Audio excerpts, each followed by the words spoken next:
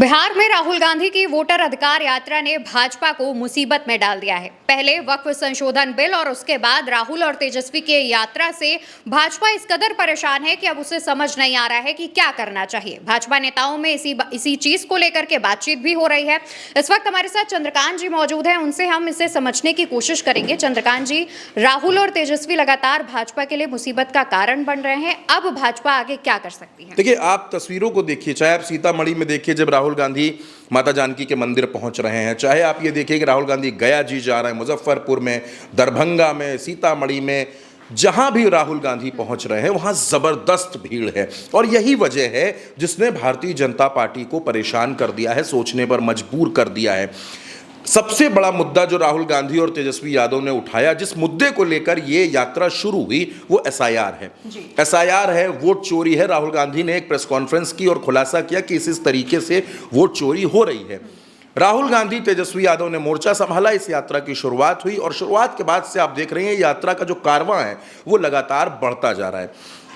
जो बीजेपी के लोग हैं, जो बीजेपी के नेता हैं, जो पटना में और जो दरभंगा में जो जब ये यात्रा निकली, जो वहाँ सोर्सेज हैं, वो ये बताते हैं कि बीजेपी के नेताओं में ये बातचीत हो रही है कि एसआईआर और जो वक्फ संशोधन का विधेयक आया उसने मुस्लिम और यादव जो वोट बैंक है, जो समीकरण है, उसको आरजेडी और कांग्रेस के पक्ष में और ज्यादा मजबूती से खड़ा कर दिया है। यानी कि मुस्लिम और यादव जो एमवाई समीकरण है वो और मजबूती से खड़ा हो गया है।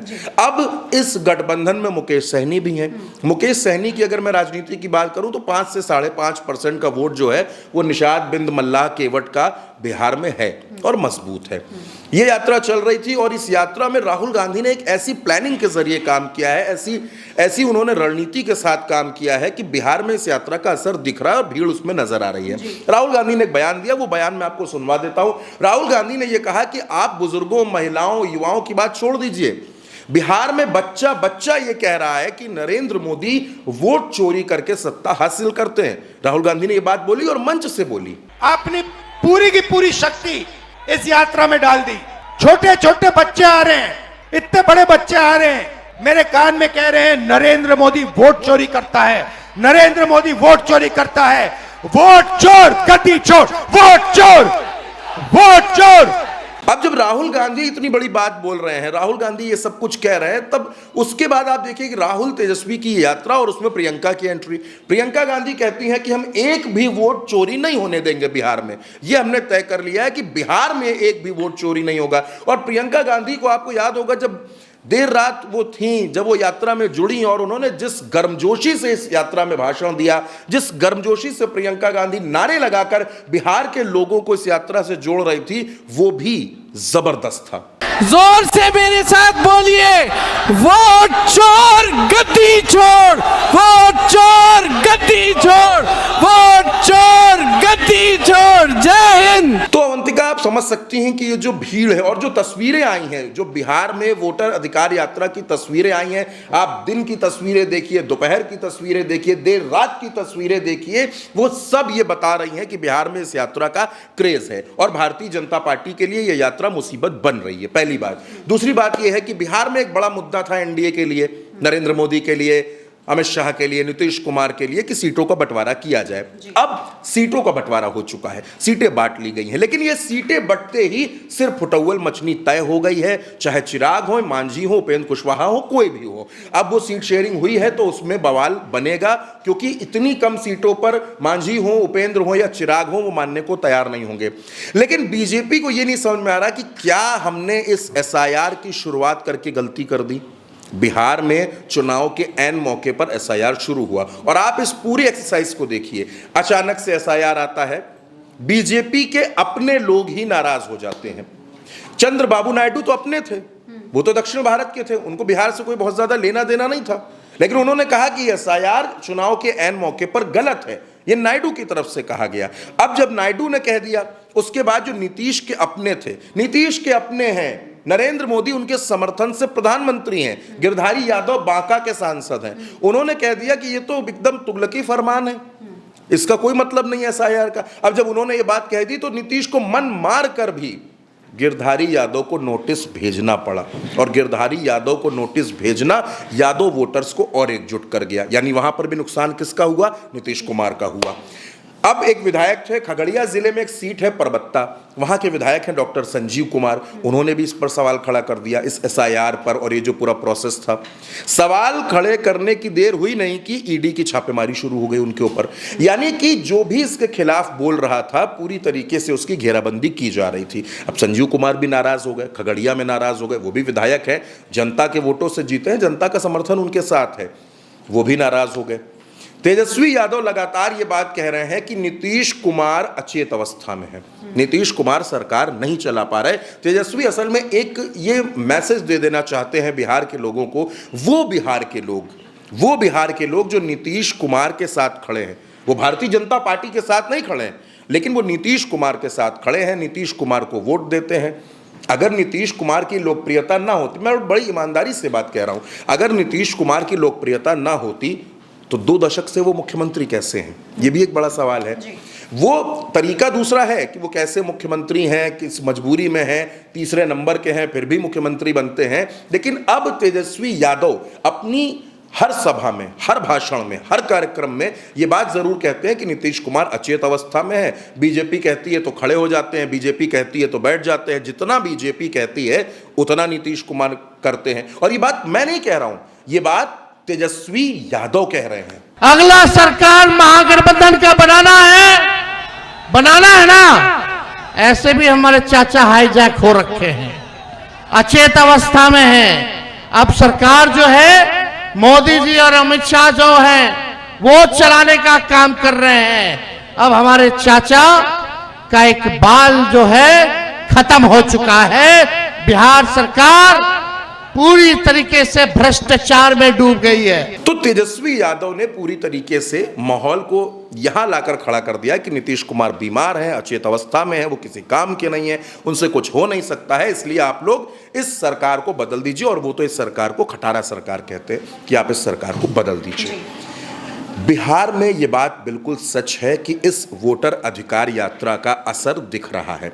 तमाम लोग ये बातें कह रहे थे कि वोटर अधिकार यात्रा अभी चल रही है, 1 तारीख को खत्म हो जाएगी, चुनाव में अभी वक्त है, इस बात की संभावना है कि चुनाव दीपावली के बाद होगा, क्योंकि जो कार्यकाल है नीतीश कुमार का वो 22 नवंबर तक है।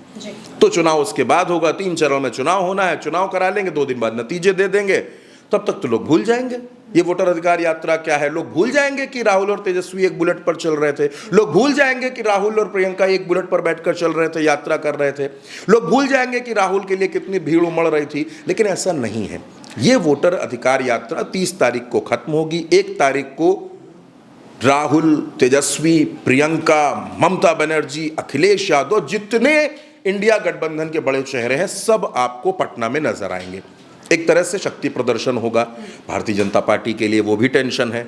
अब बीजेपी के लोगों को लगता है कि मोदी जी आएंगे, हवा बदल देंगे, रुख बदल देंगे। तो मोदी जी तो इस साल में 6 बार आ गए, बार बार आगे, बार बार भाषण देकर के चले गए, और नीतीश के चेहरे पर, नीतीश के नाम पर कोई ऐलान नहीं है, कोई सहमति नहीं है। तो अब कुल मिलाकर यह है कि इस यात्रा के बाद, जैसे ही ये यात्रा खत्म होगी, राहुल गांधी और तेजस्वी यादव ने एक और प्लानिंग तैयार कर ली है। क्योंकि राहुल गांधी लगातार कह रहे हैं कि सिर्फ कर्नाटक की बात नहीं, सिर्फ महादेवपुरा की बात नहीं, देश में 70 से 80 लोकसभा सीटों पर वोटों की चोरी हुई है, और हम उसके सबूत जनता के सामने रखेंगे।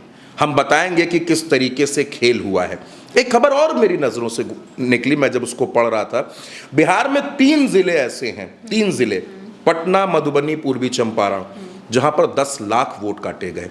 10 लाख लोगों का नाम काट दिया गया। अगर मैं परसेंटेज के हिसाब से बात करूंगा तो इन्हीं 3 जिलों में 16% नाम काटे गए। और यहां पर एक चौंकाने वाली बात और है। बात यह है कि यहां पर जो वोट ऑफ मार्जिन था, यानी जितने प्रत्याशी चुनाव लड़ रहे थे, जीतने वाले को जितने ज्यादा वोट मिले हारने वाले से, उससे भी ज्यादा नाम यहां पर काट दिए गए। अब बहुत से लोग उसमें ये कहते हैं कि वो जीवित हैं, उनका नाम कट गया। आपने भी देखा, हंगामा मचा सुप्रीम कोर्ट में, योगेंद्र यादव से लेकर और तमाम वकीलों ने अपनी बात रखी। तब ये कहा गया कि आधार को इसमें जोड़ा जाए, और तब चुनाव आयोग इसमें माना। लेकिन ये बेमतलब का काम, ये बेमतलब की एक्सरसाइज जो हुई, इस पर विपक्ष नाराज है कि आपने जनता को एक काम पकड़ा दिया कि जाओ साबित करो तुम जीवित हो या मर गए हो, अब तुम वोटर हो कि नहीं इसको साबित करो जाकर। अब वो आदमी, आप सोचिए कि हिंदुस्तान के लोग कितने आराम तलब होते हैं, उनके लिए एक जबरिया का अगर काम थोप दिया जाए, अभी अगर कह दिया जाए कि आपका पैन कार्ड बदलेगा और आपको वहाँ जाना होगा, अपना OTP लेना होगा, आधार कार्ड देना होगा, तो ये काम है, लोगों को इसके लिए अपने काम से छुट्टी लेनी पड़ेगी, वहाँ जाना पड़ेगा। तो बहुत से लोग ऐसे होते हैं जिनका इसमें कोई इंटरेस्ट नहीं है, वो कह देते हैं कि ठीक है वोट बढ़ना होगा तो बढ़ेगा, नहीं बढ़ना होगा तो नहीं बढ़ेगा। यही जो नुकसान होता है ये चुनाव में नजर आता है। एक बात कांग्रेस ये भी कह रही है कि आपका पहले वोट काटा जाएगा, फिर आपका राशन कार्ड छीना जाएगा, फिर आप सरकारी योजनाओं के लिए अपात्र हो जाएंगे, फिर अगर कोई आपदा आएगी तो आपको मुआवजा नहीं मिलेगा, आपके साथ कोई घटना दुर्घटना हो जाएगी आपको मुआवजा नहीं मिलेगा। ये बात जनता को हिट कर रही है कि हाँ हमारा वोट काटा जाएगा और फिर हो सकता है कि हमारे साथ और भी चीज़ें हों। तो कुल मिलाकर जो बात है वो ये कि भारतीय जनता पार्टी को अब ये समझ में नहीं आ रहा कि हमने जो बाढ़ चला, ये जो तीर हमने निकाला है SIR का, ये कहीं ऐसा तो नहीं है कि हम ही को नुकसान कर रहा है, क्योंकि बिहार में इस मुद्दे पर लोगों में बातचीत शुरू हो गई है। और सिर्फ बिहार की बात नहीं है, देश के लोगों ने ये बात करनी शुरू कर दी है कि क्या वोटों की चोरी होती है, क्या वोट ऐसे चुराए जा सकते हैं, क्या फर्जी वोट बनते हैं, क्या फर्जी वोट पड़ते हैं। देखिए मैं ये कह सकता हूं बिल्कुल आखिर में आपसे कि जो लोग भी राजनीति को समझते हैं, जानते हैं, जिन्होंने भी अपने इर्द गिर्द चुनाव देखे हैं, वो ये जानते हैं कि फर्जी वोट कैसे पड़ता है। ये कोई बहुत बड़ा रॉकेट साइंस नहीं है। प्रधानी के चुनाव में, जिला पंचायत के चुनाव में बूथ पर क्या होता है, किस तरीके से एक आदमी 2-2, 3-3 बार वोट डालता है। और ये तो आपने भी देखा, देश ने भी देखा कि लोकसभा चुनाव में किस तरीके के वीडियो आ रहे थे, बूथ के अंदर से वीडियो आ रहे, तो लोग बता रहे थे मैं फलाने वोट डाल के आ गया हूं, मैं इतने वोट डाल के आ गया हूं, मैं शर्ट बदल कर वोट डाल करके आ गया। तो प्रमाण सबने देखे थे किस तरीके से लोगों को वोट डालने से रोका जाता है, किस तरीके से अपने लोगों का वोट डलवाया जाता है। मैं उस पर नहीं जाना चाहता, लेकिन ये बहस अब पूरे देश में शुरू हो गई है कि क्या हमारा वोट चोरी हो रहा है, और इसका सबसे बड़ा केंद्र बिहार बन चुका है। और बिहार में भारतीय जनता पार्टी पूरी तरीके से फंस चुकी है, उसको समझ में नहीं आ रहा है कि इस मुद्दे से कैसे निकला जाए। और जाने अनजाने भारतीय जनता पार्टी ने एक बड़ा मुद्दा विपक्ष के हाथों में दे दिया है। अब विपक्ष उस मुद्दे को किस तरीके से भुना रहा है, ये बिहार में वोटर अधिकार यात्रा की तस्वीरें खुद बता रही हैं। बिल्कुल। तो देखिए, राहुल और तेजस्वी की यात्रा, जो वोटर अधिकार यात्रा निकाली जा रही है, उससे भाजपा नेता परेशान हैं। और यहाँ तक कि बिहार में जो तमाम भाजपा के नेता हैं वो इस बात पर चर्चा भी कर रहे हैं कि आखिर इस मसले से कैसे बाहर निकला जाएगा और कैसे चुनाव आने तक जनता तक अपनी पहुंच बढ़ाई जाएगी, क्योंकि राहुल और तेजस्वी की ये बात जनता के दिमाग में घर कर गई है। और इसी को लेकर के न सिर्फ बिहार के भाजपा नेता बल्कि दिल्ली का आलाकमान भी परेशान है। देखना होगा कि भाजपा अब आगे और क्या रणनीति लेकर आती है, या फिर जो विपक्षी गठबंधन का ये नैरेटिव है इससे लड़ने की कैसे कोशिश करती है। फिलहाल आप उल्टा चश्मा यूसी देखते रहिए और चैनल को सब्सक्राइब कीजिएगा ताकि तमाम जानकारियां आप तक पहुंचती रहें। नमस्कार।